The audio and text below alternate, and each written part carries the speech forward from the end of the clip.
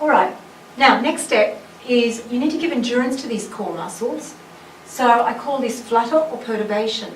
What I want you to do is put your hand on your back extensors, all right, so on the rods, just relax them and do a little flutter movement and then do a little signal movement. All right, and your goal is, can you relax those back extensors? You might have to change where your centre of gravity is while you do that. And you can do that lots of little times throughout the day, just to relax what I call the two rods in your back and to up-train your stability muscles.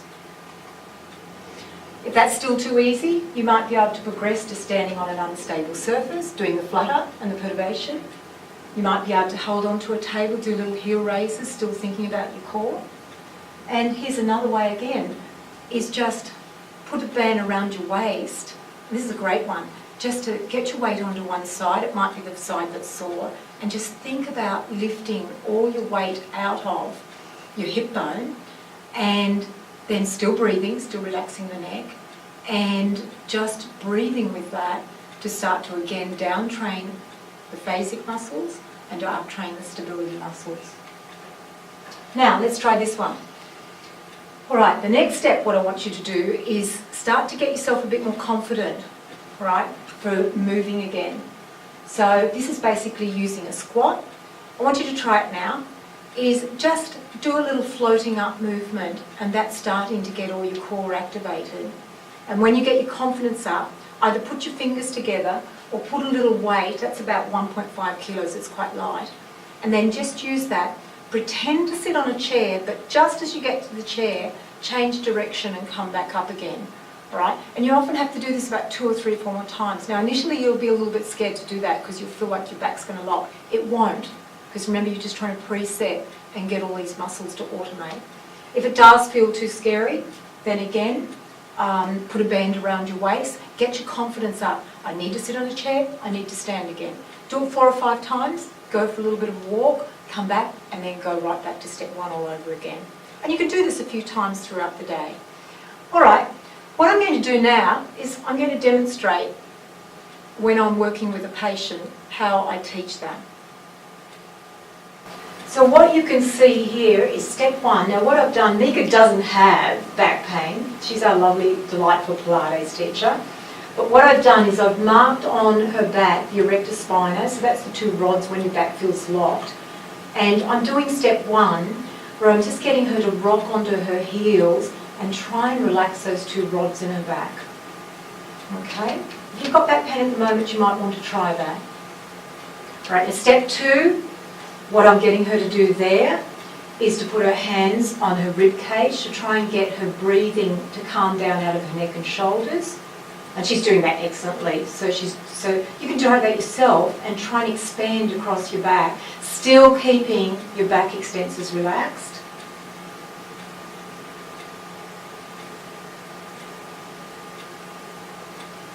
Okay, next one we're doing is I'm getting her to do the diaphragm breathing from the front there and getting her to relax her upper traps. You can try that. So you just find a position where your shoulder feels a little bit more comfortable. Sternocleidomastoid. Still maintaining the breathing, still altering where your centre of gravity is so your back extensors are relaxed. Now we're going to start some core training. So the first thing is it's good to put your hands on your upper abdominals. I've got them there on external, internal oblique, and on your lower abdominals, because your automatic reaction is you want to suck your tummy in. But your goal is go back through your step 1, step 2, just alter your centre of gravity a little bit of postural sway I call that, and try and keep your upper abdominals relaxed, still breathing, and start to engage pelvic floor muscles, like we felt when you were just initiating getting up out of the chair.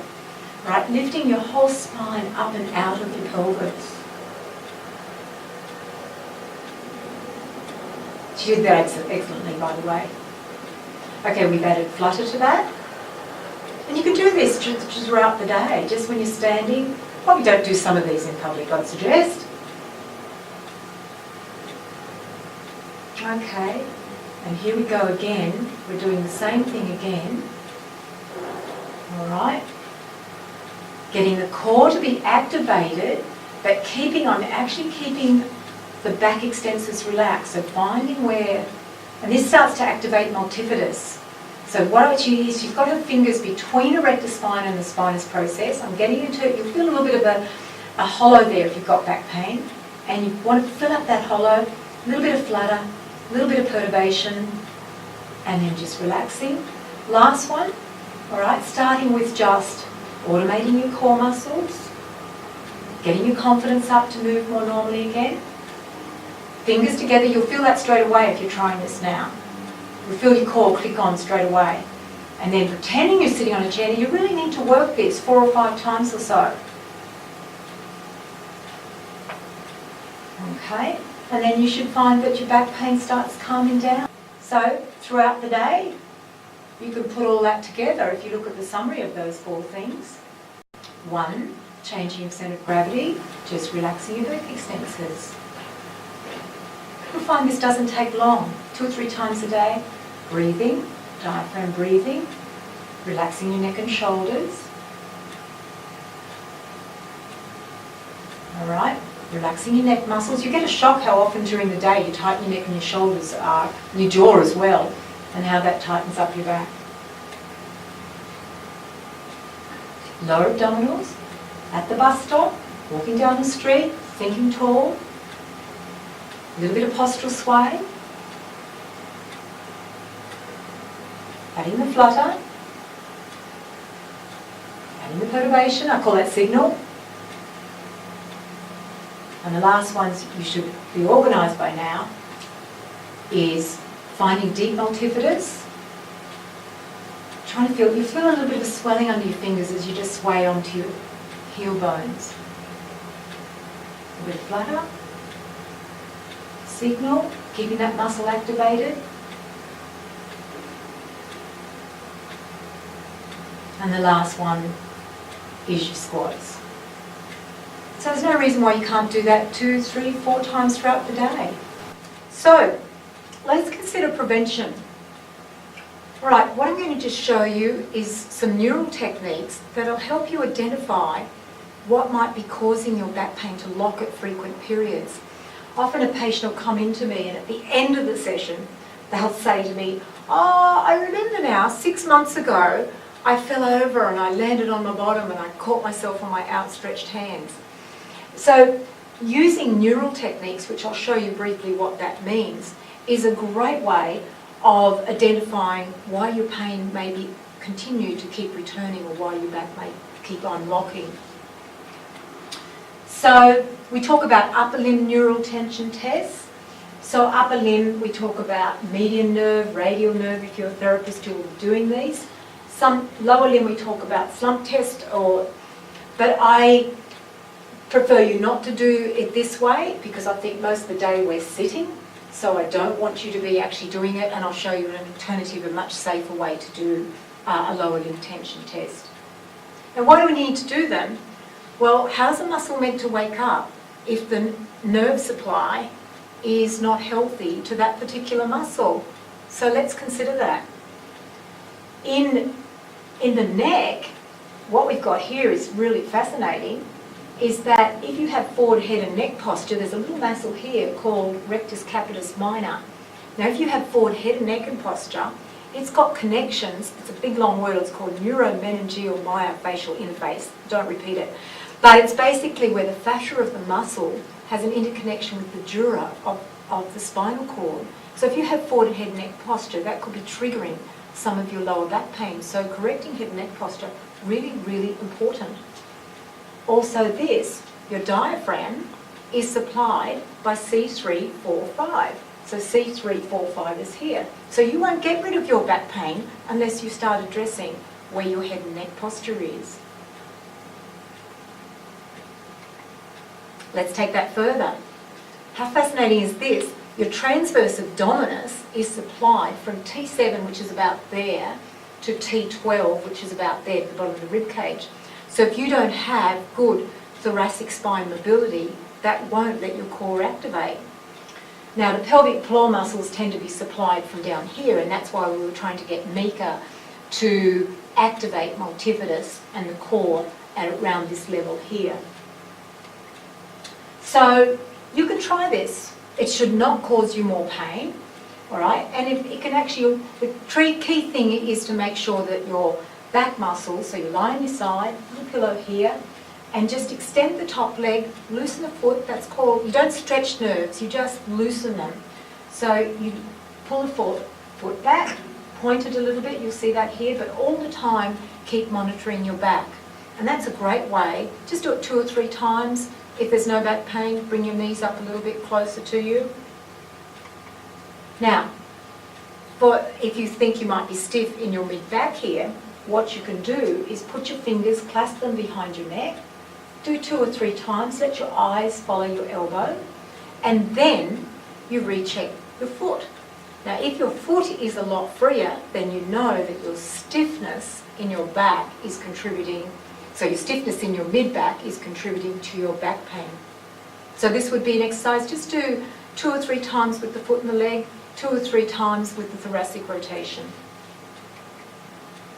Now, if you're a therapist, then what we will be looking for is which joint clears the lower limb tension test. So if it's a positive lower limb tension test, then the joints which I find tend to be contributing to back pain the most, based on what you've heard already, is here, is O1C1.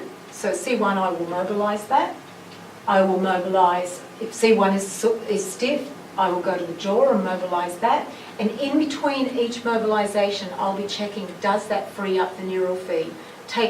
Meaning taking the legs further, till I have a totally healthy lower limb tension test. I've gone a little bit lower here, we'll go back there. I've gone a little bit lower here onto, this is where everyone's stiff, I'm sure you're probably feeling that now. But we all tend to get stiff through here, T2 to T4, so I'm mobilising the thoracic spine here about T3, T4, and I'm mobilising on the angle of the rib so that I'm giving a bit more freedom to the costovertebral and the costotransverse joint through there. All right, and again, I would retest the lower limb tension test. I've gone a little bit further, T12, L1, because that's where your hip flexors, your iliopsoas come through to the front here. And surprisingly, I don't actually mobilise the lower back if someone's got back pain initially, because what I'm trying to do is identify where the drivers of that back pain is coming from. And that, where you find where a nerve tension is, or where you have mobilised that's freed up the nerves in the lower limb, that becomes your exercises. So to help your back pain, you may end up doing some neck exercises, and then you combine that with doing some of your lower limb neural tension tests as well.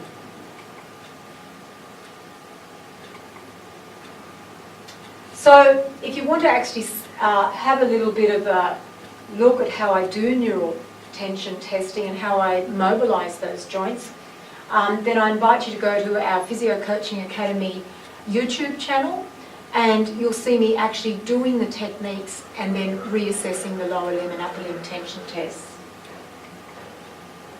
So back pain can be challenging. It can be really challenging, but it need not be. I hope this presentation has given you more confidence to know how you can overcome your pain, and basically let you to think a little bit more differently, take gentle steps to move more confidently, and focus on what you can do and not on what you cannot. If you're a therapist who treats back pain, I hope being introduced to the strategies to get your patient to move a little bit more confidently and freely, and the neural techniques that I've shown you to identify the drivers of the pain will make things a little bit easier for you as well. Here's to a healthier back with no more episodes of locking. Thank you.